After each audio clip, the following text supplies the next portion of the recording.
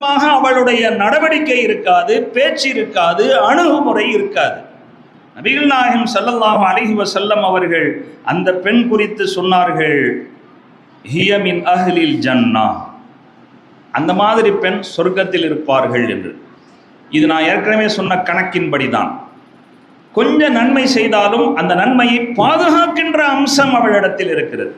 நிறைய நன்மைகள் செய்தும் கூட அவ்வப்போது அதை அழித்து விடக்கூடிய அம்சம் இன்னொருவரிடத்தில் இருக்கிறது.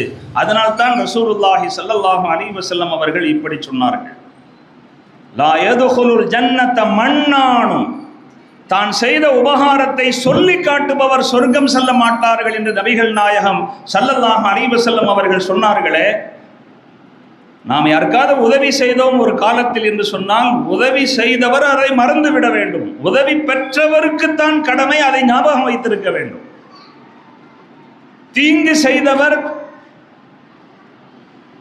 இவருக்கு தீங்கு செய்தோம் என்று ஞாபகம் வைத்திருக்க வேண்டும். ஆனால் தீங்கு இழைக்கப்பட்டவர் அதை மறந்து விட வேண்டும். அப்படிங்கிறது மார்க்கம் சொல்லக்கூடிய அறிவுரை.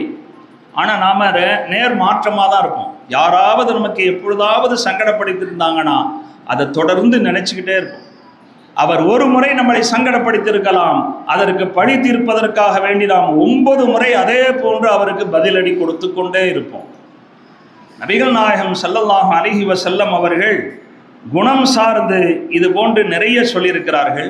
ஒரு ஹதீஸிலே வருகிறது, முற்காலத்தில் வாழ்ந்த 2 பேர், பனி இஸ்ராயல்களிலே வாழ்ந்த 2 சகோதரர்கள், அவர்களை பற்றி வருகிறது. 2 பேர்த்துல ஒருத்தர் குற்றத்தில் ஈடுபடுபவர், இன்னொருவர் கிடைக்கிற நேரங்களை எல்லாம் வணக்கங்களிலே பயன்படுத்துபவர், பெரும் முயற்சி எடுத்துக்கொண்டு வணக்கத்தில் ஈடுபடுபவர்.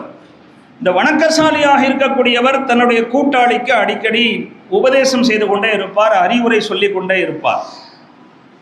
இப்படியே சொல்லி கொண்டிருக்கிற போது ஒரு நாள், நீ என்னப்பா இப்படிலாம் பாவம் செய்கிற, இதிலிருந்து நீ விலகிடு, இதை விட்டுடு அப்படின்னு சொல்ல போகும்போது, பாவம் செய்யக்கூடிய பாவத்தில் ஈடுபடக்கூடிய அவர் சொல்லிவிடுகிறார், ஹல்லினி வ ரப்பி அபுஇஸ்த அலைய ரகீபன், என்னை என்னுடைய ரப்போடு விட்டுவிடு, நானாச்சு என் ரப்பாச்சு, என்னை கண்காணிக்கவா நீ அனுப்பப்பட்டிருக்கிறாய், நான் என்ன செய்கிறேன் என்பதை கண்காணிப்பதா உன் வேலை அப்படின்னு கொஞ்சம் உணர்ச்சி வசப்பட்டு பேசிட்டாரு.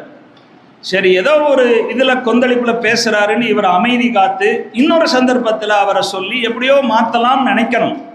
ஆனால் அப்படியெல்லாம் நினைக்காம இவர் என்ன சொல்லிட்டாரு, அல்லாஹு தாலா உன்னை மன்னிக்கவே மாட்டான்டா, இவ்வளவு திமிரா பேசுறியா நீ,